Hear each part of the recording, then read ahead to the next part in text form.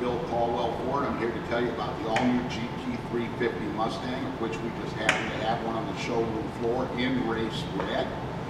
Obviously, we're going to start up here at the front. In the Mustangs, we standard engine is what we call the Coyote 5-liter. What this Mustang is a 5.2-liter flat plane crank V8. I'm going to explain why that's such a big deal to you. This is going to generate 526 horsepower and 429 pound-foot of torque.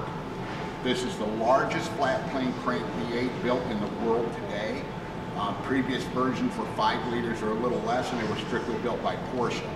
These engines were set up strictly for one thing: high performance and racing. Now, the difference between a flat plane crank V8 and your standard V8, the one thing I would tell you is forget the flat plane crankshaft, because you're never going to see it anyway. It is a lighter crankshaft.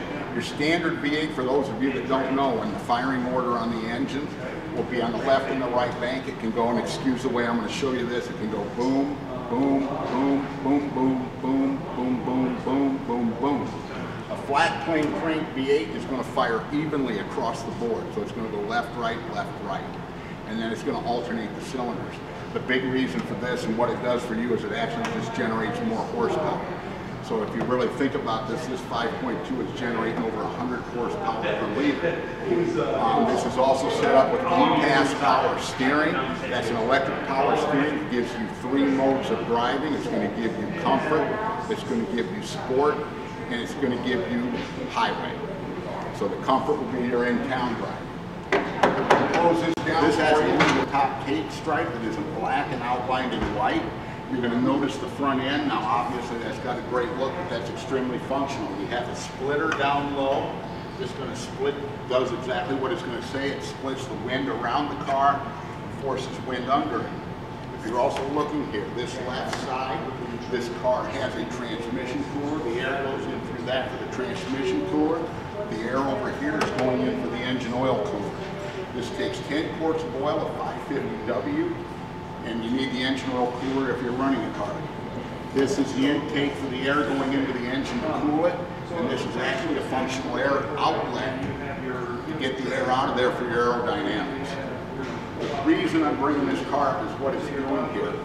Your standard line Mustang is what we used to call a straight line car. What that means is that car was built for basically a quarter-mile race, or let's go all the way back to America. You pulled up to a stop sign, there was another guy there at a stoplight.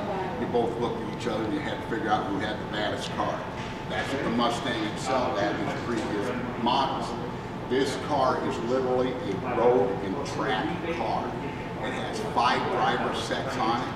And one of them is for drag strip, one of them is for road and track racing, one is for normal, one is for weather, and one is for sport. And you get to pick those settings for yourself. Step over here, we have the Brembo brakes.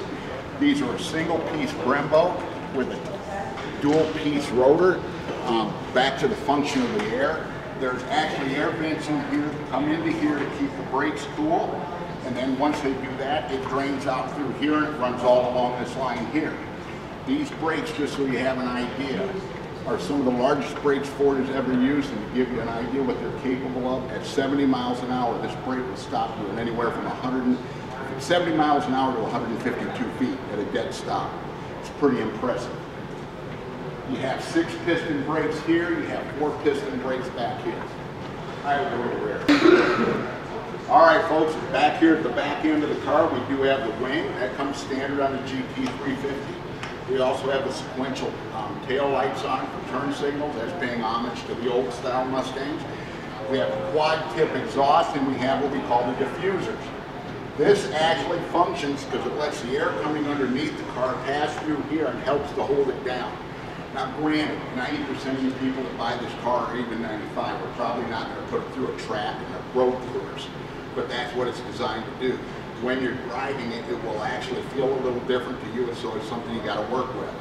This car is also set up with a Tremac TR3160 transmission. It's a 6-speed manual. One of the top transmissions in the world for this type of car. You have the Recaro seating. It is a very short throw on the transmission. Obviously, you're going to get your power windows, your power locks, your cruise, and your tilt. Once again, like I said, a race red GT350 Mustang, extremely rare. This is a race road car and or a family car that you can drive around.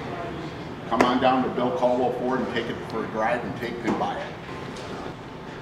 Now we're back here at the rear. It does have the wing on it.